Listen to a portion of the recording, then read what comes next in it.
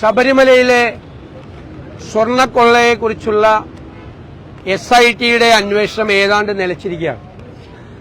90 ദിവസം കഴിഞ്ഞിട്ടും പ്രാഥമിക കുറ്റപത്രം പോലും കൊടുക്കാതെ, കുറ്റപത്രം കൊടുത്തില്ല, പ്രാഥമിക കുറ്റപത്രം പോലും കൊടുക്കാതെ പ്രതികൾ ഒന്നൊന്നായി ജയിലിലിറങ്ങിയ, എല്ലാം ജയിലിൽ നിന്നിറങ്ങിയാണ്. 3 പേര് ജയിലിൽ നിന്നിറങ്ങിയാണ്. അടുത്തത് ഉണ്ണികൃഷ്ണൻ പോറ്റിയാണ് ജയിലിൽ നിന്നിറങ്ങുന്നത്. അതോടൊപ്പം തന്നെ CPM നേതാക്കളായ 3 പേരും ജയിലിൽ നിന്നിറങ്ങും. അപ്പൊ ഇവരെ എല്ലാവരെയും ജയിലിൽ നിന്നിറക്കാൻ അന്വേഷണം മരവിപ്പിച്ച് കുറ്റപത്രം കൊടുക്കാതെ, പ്രാഥമികമായ കുറ്റപത്രം കൊടുക്കാതെ SIT അന്വേഷണം നിലച്ചിരിക്കുന്ന ഗുരുതരമായ സാഹചര്യമാണ്. ഇതുവരെ തെളിവുകൾ പലതും കിട്ടിയിട്ടില്ല. പത്മകുമാർ എന്ന ദേവസ്വം ബോർഡ് പ്രസിഡന്റ് അവിടെ തിരുത്തിയാണ് ദ്വാരപാലക ശില്പം കൊണ്ടുപോയത്. ആ തിരുത്തി അദ്ദേഹത്തിന്റെ ആ ലെറ്റർ പോലും അതിന്റെ ഫോറൻസിക് പരിശോധന നടത്തിയത് 3 ദിവസം മുമ്പാണ് നടത്താൻ വേണ്ടി പോയത്. അപ്പൊ എല്ലാം വൈകിക്കുകയാണ്. കാരണം ജാമ്യം കിട്ടിയവർ പുറത്തിറങ്ങിയാൽ പിന്നെ ഒരു തെളിവും ഉണ്ടാവില്ല. എല്ലാ തെളിവുകളും നശിപ്പിച്ച് അവസാനം ശബരിമല സ്വർണ്ണക്കൊള്ള എങ്ങും എത്താതെ അവസാനിപ്പിക്കാനുള്ള നീക്കമാണ്. അതിനെതിരായിട്ടുള്ള അതിശക്തമായ പ്രതിഷേധമാണ് UDF നിയമസഭയ്ക്കകത്തും പുറത്തും നടത്തുന്നത്. മന്ത്രിമാരുടെ വ്യാഖ്യാനങ്ങളെല്ലാം തെറ്റാണ്. ഏത് കോടതിയാണ് പ്രതിപക്ഷത്തെ വിമർശിച്ചത്? ശബരിമല വിഷയത്തിൽ കോടതി വിമർശിച്ചിട്ടുള്ളത് SIT ആണ്. SIT ഞങ്ങൾ പറഞ്ഞു, ലോക്കൽ ബോഡി തെരഞ്ഞെടുപ്പ് കാലത്ത് മുഖ്യമന്ത്രിയുടെ ഓഫീസിന്റെ സമ്മർദ്ദത്തിന് വഴങ്ങി അന്വേഷണം മരവിപ്പിച്ചു. സെയിം കാര്യം കോടതി പറഞ്ഞല്ലോ.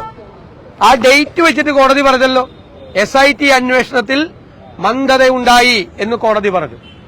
SIT അന്വേഷണം മുമ്പോട്ട് പോകാത്തതുകൊണ്ടാണ്, സ്റ്റാറ്റ്യൂട്ടറി ജാമ്യം കുറ്റപത്രം കൊടുക്കാത്തതുകൊണ്ടാണ് ഇവർക്ക് എല്ലാവർക്കും കിട്ടുന്നതെന്ന് കോടതി ശക്തമായി നിരീക്ഷിച്ചല്ലോ. SIT അന്വേഷണത്തെ കോടതി തന്നെ വിമർശിച്ചല്ലോ. പിന്നെന്താണ് പ്രതിപക്ഷത്തിന് വിമർശനം?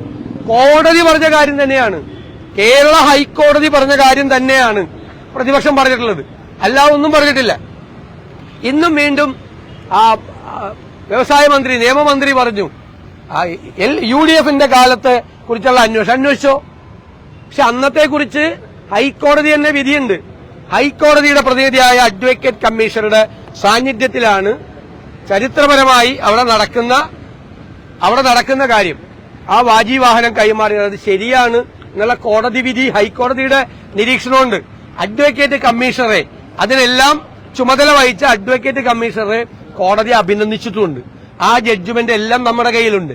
ഇവിടെ എന്താ പ്രശ്നം? 2019 CPM കേരളം ഭരിക്കുമ്പോൾ ദേവസ്വം വകുപ്പ് മന്ത്രി കടകംപള്ളി സുരേന്ദ്രനായിരുന്നു. അവിടെ CPMന്റെ നേതൃത്വത്തിലുള്ള ദേവസ്വം ബോർഡിന്റെ അനുമതിയോടുകൂടിയാണ് ഈ സ്വർണ്ണക്കൊള്ള നടന്നത്. സംശയമില്ലല്ലോ. വീണ്ടും 2024 ഒന്നുകൂടി സ്വർണ്ണക്കൊള്ള നടത്താൻ വേണ്ടിയിട്ടുള്ള ശ്രമം നടത്തി. കോടതി എന്താ പറഞ്ഞത്? ഫേക്ക് അർജൻസി ഉണ്ടാക്കി. ഒന്നുകൂടി പോയി.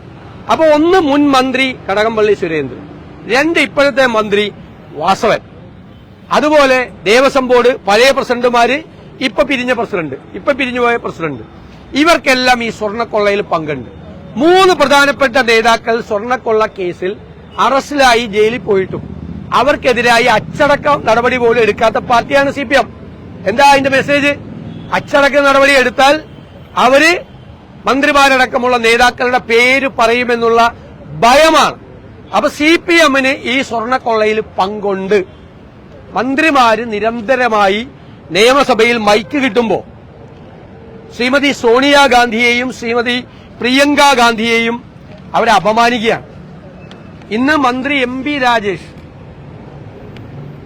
തൊഴിലുറപ്പ് നിയമത്തിലെ ഭേദഗതി വരുത്തിക്കഴിഞ്ഞതിന് ശേഷം പ്രിയങ്ക ഗാന്ധി നരേന്ദ്രമോദിയുടെ കൂടെ ചായ കുടിക്കാൻ പോയെന്ന് പറഞ്ഞു.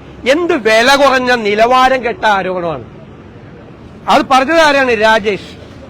ഡൽഹിയിലൊരു മന്ത്രി ഉണ്ടായിരുന്നു, ഹിമാചലിൽ നിന്നുള്ള ഒരു മന്ത്രി, കേന്ദ്രമന്ത്രി അനുരാഗ് ഠാക്കൂർ. ഈ അനുരാഗ് ഠാക്കൂർ വർഗഹത്യക്ക് ആഹ്വാനം ചെയ്ത ആളാണ്. ഡൽഹി കലാപത്തിൽ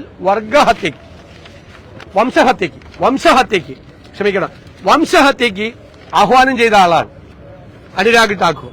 അനുരാഗ് ഠാക്കൂറിനുമായിട്ട് ഞാൻ ഭയങ്കര സൗഹൃദമാണ് എന്ന് പറഞ്ഞ് ഫേസ്ബുക്കിൽ ഈ എം പി രാജേഷ് ആഘോഷിച്ച പടമാണ്. വംശഹത്യയ്ക്ക് ആഹ്വാനം ചെയ്ത കേന്ദ്രമന്ത്രിയുമായി എനിക്കുള്ള സൗഹൃദത്തിൽ ഞാൻ അഭിമാനിക്കുന്നു എന്ന് പറഞ്ഞ് ഫേസ്ബുക്ക് പോസ്റ്റ് ചെയ്ത ഈ മന്ത്രി നിലവാരമില്ലാതെ കോൺഗ്രസ് നേതാവ് പ്രിയങ്ക ഗാന്ധി പ്രധാനമന്ത്രിയുടെ കൂടെ ചായ കുടിക്കാൻ പോയി എന്ന് തരംതാണ രീതിയിൽ ആരോപണം ഉന്നയിച്ചു. മന്ത്രി ശിവൻകുട്ടിയും മറ്റു മന്ത്രിമാരും നിരന്തരമായി ശ്രീമതി സോണിയാഗാന്ധിയെ അധിക്ഷേപിക്കുക.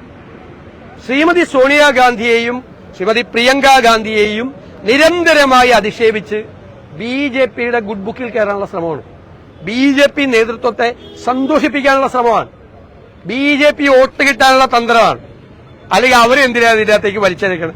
കേരള നിയമസഭ പോലെ വളരെ ഗൌരവതരമായ ചർച്ചകൾ നടക്കുന്ന ഒരു നിയമസഭയിൽ ശ്രീമതി സോണിയാഗാന്ധിയെയും ശ്രീമതി പ്രിയങ്ക ഗാന്ധിയെയും അപമാനിച്ചുകൊണ്ട് മന്ത്രിമാര് സംസാരിച്ചതിലുള്ള അതിശക്തമായ പ്രതിഷേധം ഞങ്ങൾ രേഖപ്പെടുത്തുന്നു. അവർക്കെതിരായിട്ട് ഞങ്ങൾ നിരന്തരമായി ഇനി പ്രചരണം നടത്തും. ഈ മന്ത്രിമാർക്കെതിരായിട്ട് അവർ നടത്തുന്നത് നിലവാരമില്ലാത്ത തരംതാണ പ്രചരണമാണ് അവർ നടത്തുന്നത്.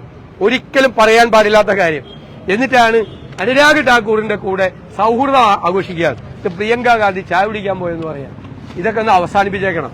ഈ സമരം ഞങ്ങൾ മുന്നോട്ട് കൊണ്ടുപോകും, ഒരു സംശയമില്ല.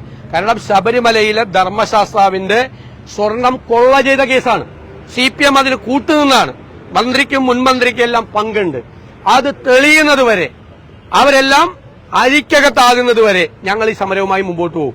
നിയമസഭയ്ക്ക് അകത്തും പുറത്തും ഞങ്ങൾ ഈ സമരം നടത്തും. അതാണ് ഞങ്ങളുടെ നിലപാട്.